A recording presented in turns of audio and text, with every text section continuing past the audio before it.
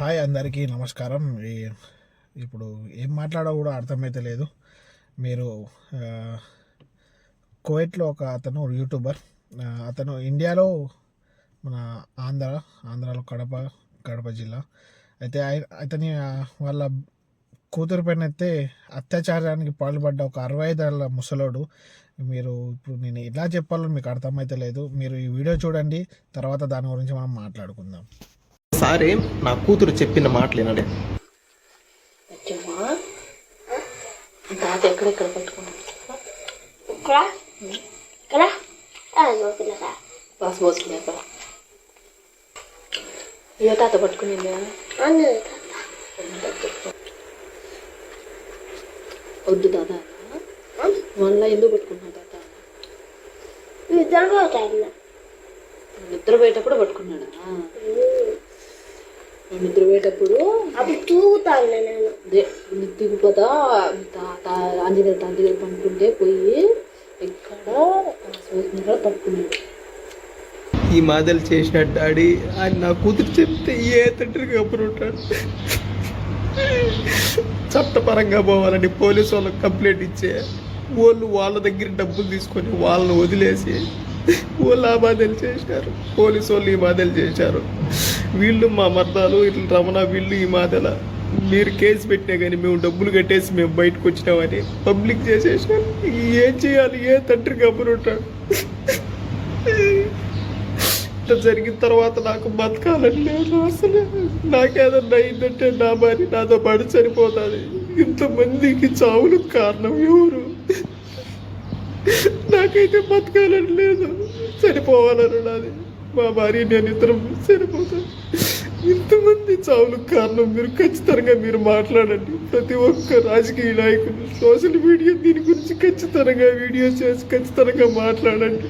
చూసారు కదా, 11 ఏళ్ళ పాప, 11 సంవత్సరాల పాప, ఆమె పడుకున్న టైంలో ఒక ముసలివాడు 65-67 సంవత్సరాలు ఏమో ఉంటాయి, వాడేమో పడుకున్న ఆమె చిన్న పాపని బట్టలు తీసి ఎక్కడో అంటే ప్రైవేట్ పాస్లో టచ్ చేశాడు.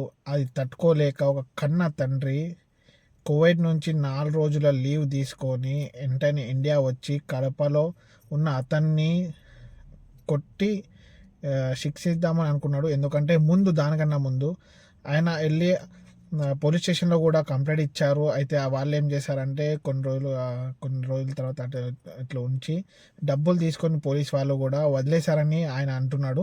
అది ఎంత నిజమో మీరు కూడా చూడొచ్చు. మొత్తం న్యూస్ ఛానళ్ళు కూడా ఆయనని ఏం సపోర్ట్ చేస్తలేవు. ఇప్పుడు మొత్తం అదే ఏమంటారు, మంచు ఫ్యామిలీ గురించి మొత్తం నడుస్తుంది, అదే దాన్ని కవర్ చేస్తున్నారు. కానీ ఇతనికి జరిగిన అన్యాయాన్ని అయితే ఎవరైతే ప్రశ్నిస్తలేరు, ఎవరు కూడా దీని గురించి మాట్లాడతలేరు. ఆయన ఏమంటున్నాడు, నాకు గనక నేను చంపేసాను ఒప్పుకుంటున్నాడు. నేను చంపేశాను, మర్డర్ చేశానని ఒప్పుకుంటున్నాడు. ఎందుకంటే అతను కువైట్లో వెళ్ళిపోయాడు. మళ్ళీ ఇప్పుడు ఎక్కడున్నాడో కూడా చెప్తలేడు. వచ్చాడంటున్నాడు, ఎక్కడున్నాడో చెప్తలేడు. ఎందుకంటే నాకు న్యాయం జరగదు. ఆయన భయం పడుతున్నాడు. ఏంటంటే నేను చనిపోతే నాతో పాటు నా భార్య కూడా చనిపోతుంది అన్నట్టు వాళ్ళు అదే పట్టుకున్నారు. ఎందుకంటే ఈ సమాజం ఏడిగిపోతుందో అర్థమైతే లేదు. 65 ఏళ్ళ ముసలాడు, 11 ఏళ్ళ అమ్మాయి, ఆమె మన్మరాలతో సమానం. ఆమెను కూడా ఆయన ఇంట్లో పడుకున్న టైంలో అలా చేయాలని ఎలా అనిపించిందో. అసలు ఆయన చేసింది కరెక్టే, చంపేయడం కరెక్టే. నేను కూడా దాన్ని ఇది చేస్తున్నా, నేను సపోర్ట్ ఇస్తున్నా. అన్నకు ప్రసన్న, నువ్వు భయపడకు, ఏమి కాదు, సపోర్ట్ అయితే మీతో ఉంటుంది. ప్రతి యూట్యూబర్ కూడా వీడియో చేసి పెట్టడం జరుగుతుంది. ఈ కమ్యూనిటీలో, యూట్యూబ్ కమ్యూనిటీలో కొద్దిగా ఆలోచించండి. పోతుందో సమాజం అర్థమైతే. అతని ఫ్యామిలీ మొత్తానికి తెలుసు. వాళ్ళేమో పోలీసుల నుంచి పైసలు ఇచ్చి విడిపించుకున్నారని మొత్తం వాళ్ళ ఎంతమంది ఫ్యామిలీ ఉందో అందరికైతే చెప్పేసుకున్నారు. ఇతను ఏమంటున్నాడో మీరు చూసారు కదా వీడియో. ఆ చిన్న బాబా ఎంత ఆమెకి ఏమి తెలియని పాపం, ఆమెకు అంత చిన్న ఉంది. రియల్ వీడియో చూసినా దీన్ని అట్లా పెడతలే. ఎందుకంటే ఇంకా దాన్ని పోర్ట్రే చేయాలని అనిపిస్తలేదు ఆమె ఫేస్ని అలా. ఎందుకంటే ఆమెకు కూడా ఫ్యూచర్ ప్రాబ్లం అవుతుందని అర్థం చేసుకోవాలి. ఇది ఏం జరుగుతుందో ఇండియాలో దీన్ని శిక్షించేవాళ్ళు లేరు. పోలీసులకు ఆశ్రయిస్తే వాళ్ళు కూడా డబ్బులు తీసుకొని వదిలేశారంటున్నారు.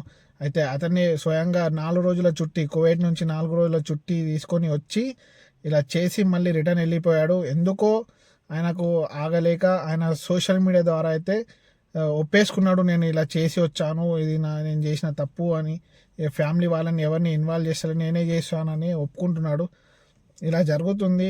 కాకపోతే ఆయన ఎందుకు భయపడుతున్నాడు, లొంగిపోవడానికి ఎందుకు భయపడుతున్నాడు అంటే, ఇప్పుడు పైసలు తీసుకున్న పోలీసులు కూడా ఆయనతో పాటు లేరు అన్నట్టు ఆయన భయపడుతున్నాడు. రాజకీయ నాయకులు, న్యూస్ ఛానళ్ళు ఎవరైతే సపోర్ట్ చేస్తలేరో ఆయనని ఆయన అనుకుంటున్నాడు. సపోర్ట్ చేద్దాం. ఇలా జరిగినందుకు చాలా బాధగా ఉంది, ఎందుకంటే 11 సంవత్సరాల అమ్మాయి కాబట్టి. ఈ వీడియో నచ్చుతుందని షేర్ చేయండి చాలామందికి. వీడియో నచ్చిందని అనుకుంటున్నా. జై హింద్, జై భారత్.